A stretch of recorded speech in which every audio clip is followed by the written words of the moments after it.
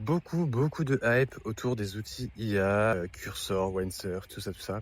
Moi, de mon côté, si tu as suivi, là, j'en suis à Claude Code. Bon, j'ai définitivement abandonné Journey, je trouve Claude Code bien plus... alors, pas forcément plus rapide, mais en tout cas plus malin. Et donc, j'ai envie de tenter le truc de vibe coder, si je puis dire. Alors, personne n'aime ce mot-là, mais bon.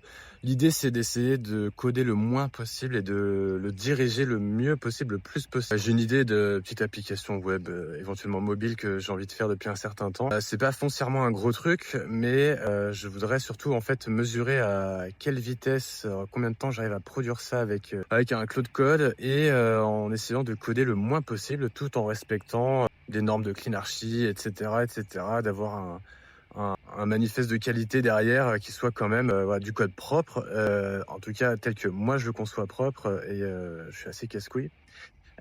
Donc voilà, l'idée ce serait de faire un petit peu un Rex sur ce truc-là. Je sais pas si ça peut t'intéresser, mais vu qu'on voit beaucoup de choses sur les réseaux avec des gens qui arrivent à vibe coder des trucs en une journée, en 1 heure, voilà. Qu'est-ce qu'on peut faire? Qu'est-ce que moi j'arrive à faire tout en sachant que je considère pas être quelqu'un de forcément ultra rapide, ni solo ni avec l'IA, hein. Je considère être quelqu'un qui essaie de faire de la qualité surtout et de produire des choses maintenables. Moi c'est plutôt ça, et après évidemment d'essayer de rentrer dans les délais. Donc voilà, de voir qu'est-ce qu'on peut foncièrement faire, à quel point on peut demander des choses larges.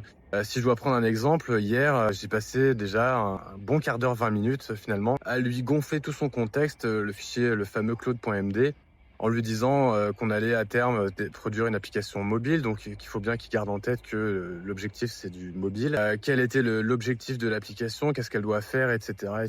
Quel type de public, quels sont les technos qu'on va utiliser, l'architecture qu'on va mettre en place. Voilà, donc déjà, avant même de commencer à coder des trucs finalement, c'est déjà de brainstormer sur comment on va approcher le sujet. Je trouve ça cool et d'ailleurs du coup ça m'a permis de commencer de lancer une première feature où il a carrément bien respecté l'architecture et que finalement j'en suis à peaufiner un peu les détails dans son contexte. Souvent les IA avec Angular utilisent encore les ngIf, ngFor, n'utilisent pas forcément control flow, donc revenir sur ce genre de détails pour lui dire dans son contexte qu'il doit maintenant se servir de ça, etc. Mais globalement la première feature est plutôt bonne, donc c'est plutôt cool, affaire à suivre.